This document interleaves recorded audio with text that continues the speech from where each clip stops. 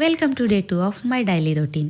ఈరోజు నా day 8కి start అయ్యింది. ముందు మా పాపనైతే స్కూల్కి రెడీ చేసి పంపించేశానండి. ఈలోపు కిచెన్లో నా కోసం గిన్నెలు అయితే వెయిట్ చేస్తున్నాయి. ముందైతే నేను గిన్నెలని వాష్ చేసేసి గ్యాస్ కూడా క్లీన్ చేశాను.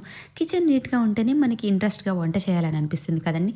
సరే నెక్స్ట్ బట్టలు కూడా ఆరిపెట్టేశాను. వాషింగ్ మిషన్లో బట్టలు తీసేసి బయటైతే ఆరిపెట్టేశాను. సరే వంట ఏం చేద్దామంటే నిన్న సాంబార్కి తెచ్చిన వాటిలో కొన్ని ఐటమ్స్ మిగిలినాయి. వాటిలో ఏది కూడా కర్రీకి సరిపోదు.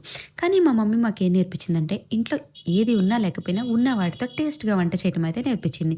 సో వాటిలో నేను meal maker and also capsicum కూడా పిక్ చేసుకున్నాను. ఈ రెండు కలిపి capsicum meal maker masala curry అయితే చేసేసాను. ఒక పక్క రైస్ పెట్టాను, ఒక పక్క కర్రీ కూడా పెట్టేశానండి.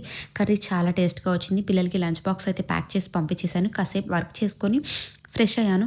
ఫ్రెష్ అయ్యాక ముందైతే లంచ్ చేసేసానండి. మార్నింగ్ నుంచి టిఫిన్ కూడా చేయలేదు నేను. తర్వాత మా పాపకి కొన్ని ఐటమ్స్ ఇవ్వాలి, స్కూల్కి వెళ్ళి ఇచ్చేసి మళ్ళీ నేను రెడీ అయ్యి మా ఊరైతే బయలుదేరాను.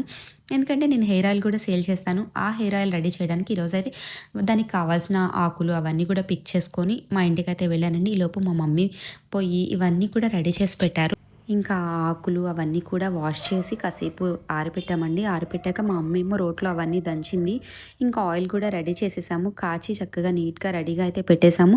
మళ్ళీ నేను రిటర్న్ బయలుదేరిపోయాను. ఎందుకంటే మా పాప స్కూల్ నుంచి వచ్చేస్తుంది కాబట్టి ఇంటికి వచ్చి మా పాపని మళ్ళీ మా అమ్మ దగ్గరికి పంపించేసేసి నేనైతే స్నాక్స్ అయితే ఈరోజు నాకు మ్యాగీ తినాలనిపించింది. మ్యాగీ తిని నిన్న షూట్ చేసిన ప్రమోషన్ వీడియో కూడా ఎడిటింగ్ చేసేసాను.